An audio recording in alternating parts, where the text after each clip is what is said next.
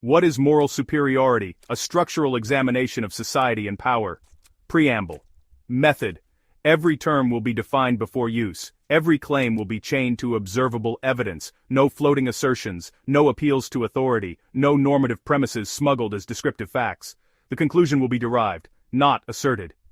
Part 1. Defining the terms. Morality, not as religious commandment, not as cultural preference, not as feeling.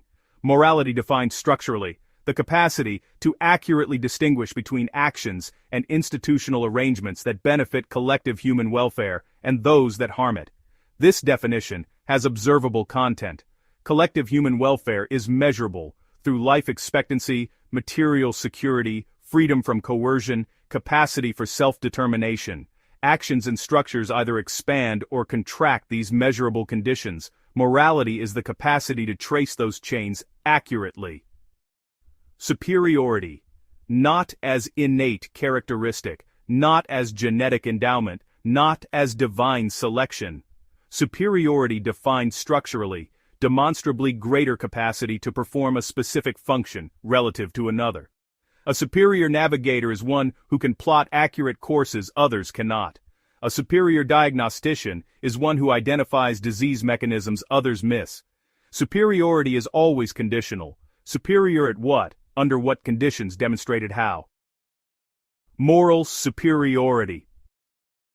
The combination of the above two definitions produces a precise structural claim. Moral superiority is demonstrably greater capacity to accurately identify what benefits or harms collective human welfare and to act on that identification at personal cost. Not superior feeling, not superior intention, superior accuracy combined with demonstrated willingness to pay the cost that accuracy demands.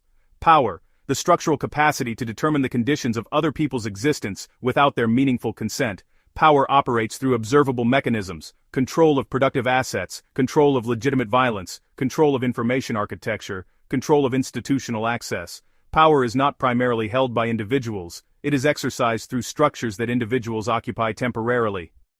Power structures, the observable institutional arrangements through which power is accumulated, maintained and transmitted across time. These include capital ownership systems, state apparatuses, legal frameworks, educational institutions, media architectures, and cultural production mechanisms. Power structures are not conspiracies. They are systems with observable inputs, observable processes, and observable outputs. They do not require malicious intent to produce harmful outcomes. They produce their outputs structurally regardless of the intentions of the individuals operating within them. Structural analysis. The method of tracing observable cause and effect chains through power structures to identify who benefits, who pays, through what mechanisms, and with what human consequences. Structural analysis explicitly excludes personality explanations, moral accusations against individuals, and conspiratorial frameworks. It maps systems, not villains. Blindness, not stupidity, not moral failure by birth. Structural blindness. The condition of perceiving symptoms without diagnosing mechanisms produced by educational sequences, material conditions, and information architectures specifically engineered to prevent structural perception from developing. Part 2. The architecture of moral blindness. Before moral superiority can be defined precisely, the system that produces its opposite must be mapped.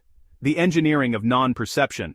The capital system requires a specific epistemic condition in its labor force to reproduce itself across generations. Workers must experience their structural compulsion as natural, as personal circumstance, as the background condition of reality, rather than as the output of specific institutional arrangements serving specific interests.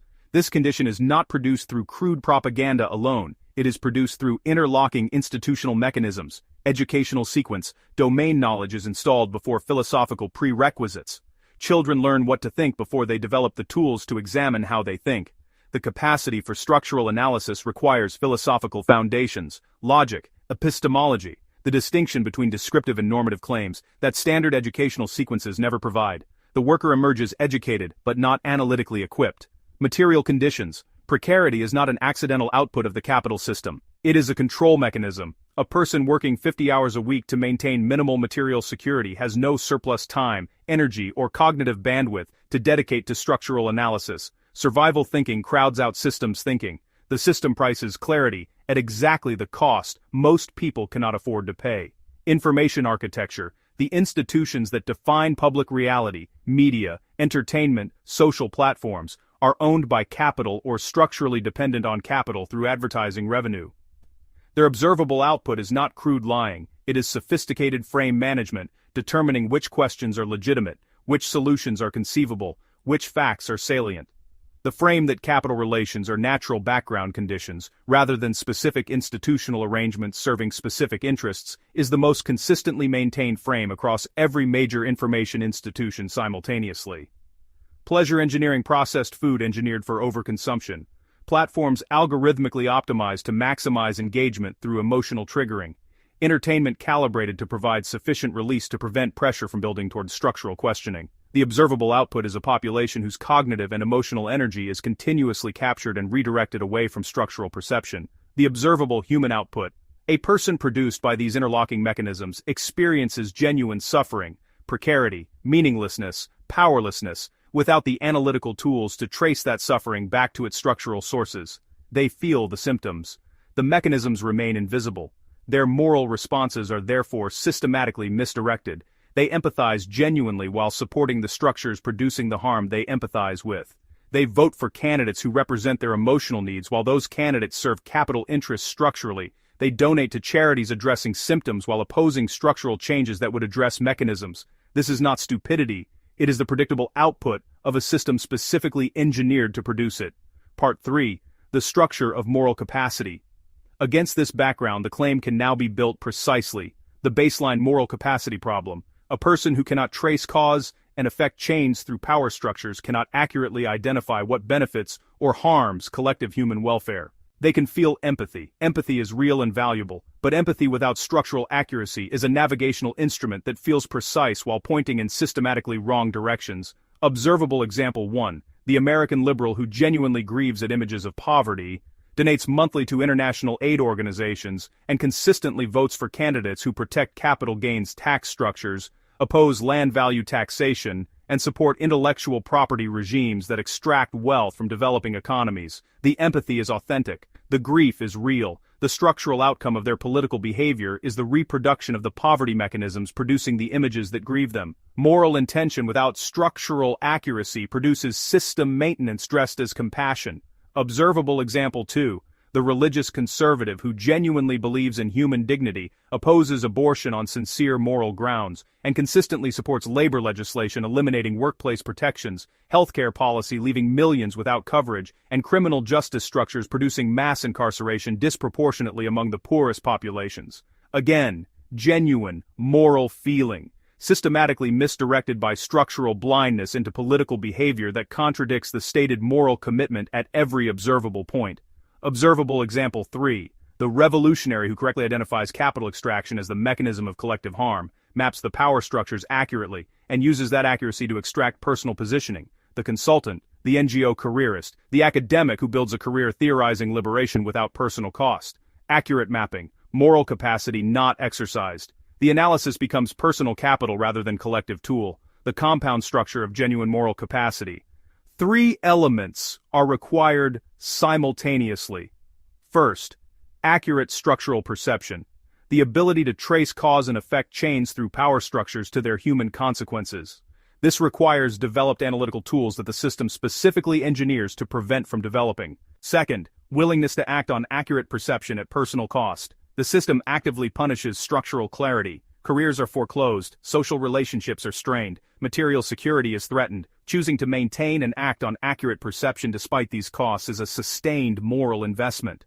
Third, orientation toward collective welfare rather than personal extraction. The analysis must be directed outward, toward changing the structures producing harm, rather than inward, toward personal advancement within those structures. All 3 elements must be present. Any single element without the others produces a different failure mode. Accuracy without action produces the detached intellectual.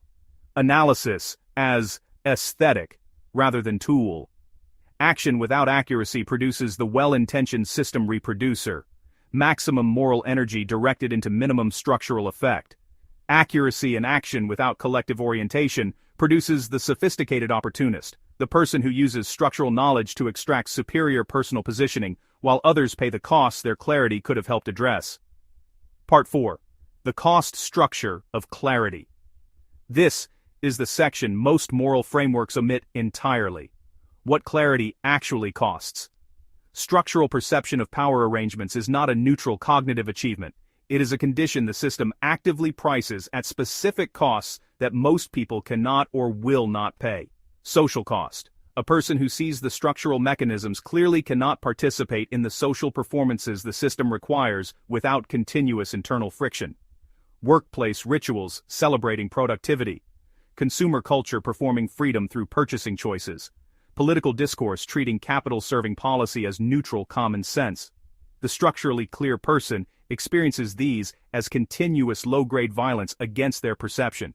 Maintaining social relationships requires either concealment of what they see or acceptance of isolation from people who experience their clarity as aggression.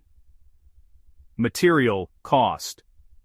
Structural clarity tends to produce behavioral deviation from system-optimal paths. The person who sees how capital extraction works has friction with maximizing their own position within it.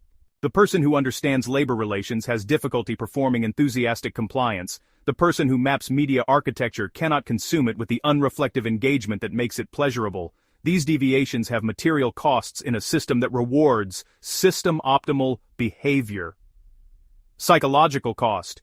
Seeing the cage clearly while living inside it is not a comfortable condition. The person who cannot see it experiences genuine, if structurally produced contentment. The person who sees it accurately experiences the continuous awareness of structural coercion that comfortable blindness prevents.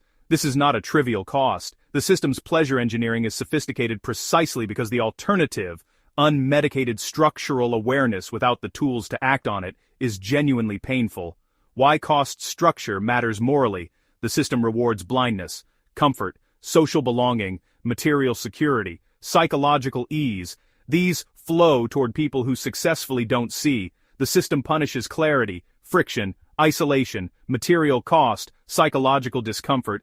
These flow toward people who do see and act on what they see. This means choosing clarity is itself a moral act, not a natural condition, not a cognitive gift. A choice made against the system's incentive structure, sustained over time, at compounding personal cost. A person who has spent years developing structural perception, reading seriously, thinking rigorously, resisting the comfort of not seeing, paying the social and material costs that clarity demands, has made a sustained moral investment that the system specifically designed to make too expensive for most people. That investment is earned. It is not equal to the person who took the path of least resistance the system laid out for them. Part 5. Power, morality, and their decoupling. The system's most consequential mystification is the conflation of power with moral standing. This requires explicit structural dismantling. Observable example: a head of state orders military strikes on civilian infrastructure. Children die. The decision was made from the highest institutional power position available. The decision produced observable mass harm to the most vulnerable population imaginable. By any coherent structural definition of morality, accurate identification of what harms collective human welfare, this represents moral failure of the most complete kind. The power is real. The moral inferiority is equally real. They are completely decoupled structural variables. Why the conflation serves the system? Power insulates from consequence. The head of state faces no personal cost for the children's deaths. The structural position provides immunity from the normal feedback mechanisms through which harmful actions produce costs to the actor. This immunity is then mystified as legitimacy. The person with power to act without consequence is represented as the person with the standing to define what actions are legitimate. Might is translated into right-through institutional laundering. The observable output across virtually every national system, those with the greatest structural power to determine others' conditions of existence without consent, face the least accountability for the human costs of that power's exercise. The structural inversion. Genuine moral standing runs precisely opposite to institutional power in a capital system. The person with structural power to harm without consequence and structural immunity from accountability has the least structural incentive to develop accurate moral perception. Their position insulates them from the human costs of their decisions. Accurate perception of those costs would produce friction with the exercise of their power. The system selects against it. The person with no structural power, subject to others' determinations, fully exposed to the human costs of the system's operation, with no institutional insulation from those costs, has the greatest structural incentive to develop accurate perception. Their survival may depend on it. This is why structural clarity has historically concentrated not among the powerful, but among the structurally exposed. The people the system was designed to extract from had less choice about seeing it clearly. Conclusion: what moral superiority actually is the complete structural mapping produces a precise descriptive definition. Moral superiority is not innate virtue, divine selection, superior empathy, greater emotional sensitivity, higher institutional position, more refined cultural formation. None of these produce accurate identification of what benefits or harms collective human welfare. None of them require sustained personal cost. None of them are earned against the system's active incentive structure. Moral superiority is the demonstrated compound achievement of accurate structural perception of power arrangements, sustained at personal cost against a system specifically engineered to prevent it, oriented toward collective welfare rather than personal extraction. It is earned through years of serious intellectual work the system makes expensive. It is sustained against social, material, and psychological costs the system imposes on clarity. It is directed outward toward collective liberation rather than inward toward personal advancement. The descriptive conclusion: a person who has spent years mapping power structures accurately, paid the personal costs that clarity demands, and oriented that clarity toward collective welfare has achieved something real and measurable. They can trace cause and effect chains through institutional arrangements that remain invisible to those who didn't do that work. They can identify interventions that address mechanisms rather than symptoms. They can distinguish between actions that reproduce the system and actions that threaten it. This capacity is structurally superior to its absence in exactly the same way that accurate navigation is superior to inaccurate navigation. It is morally superior because morality, defined structurally, is precisely this capacity. The person who stuffed their face, doom-scrolled, and complained about symptoms while the system engineered their compliance is not evil. They are the predictable output of a machine specifically designed to produce them. But they are not the moral equal of the person who saw the machine, named it accurately, paid what naming it cost, and oriented their clarity towards something beyond their own comfort. That distinction is not cruelty. It is the most honest, descriptive claim the framework produces. Moral superiority has earned structural clarity directed toward collective liberation. Everything else is either its absence or its simulation.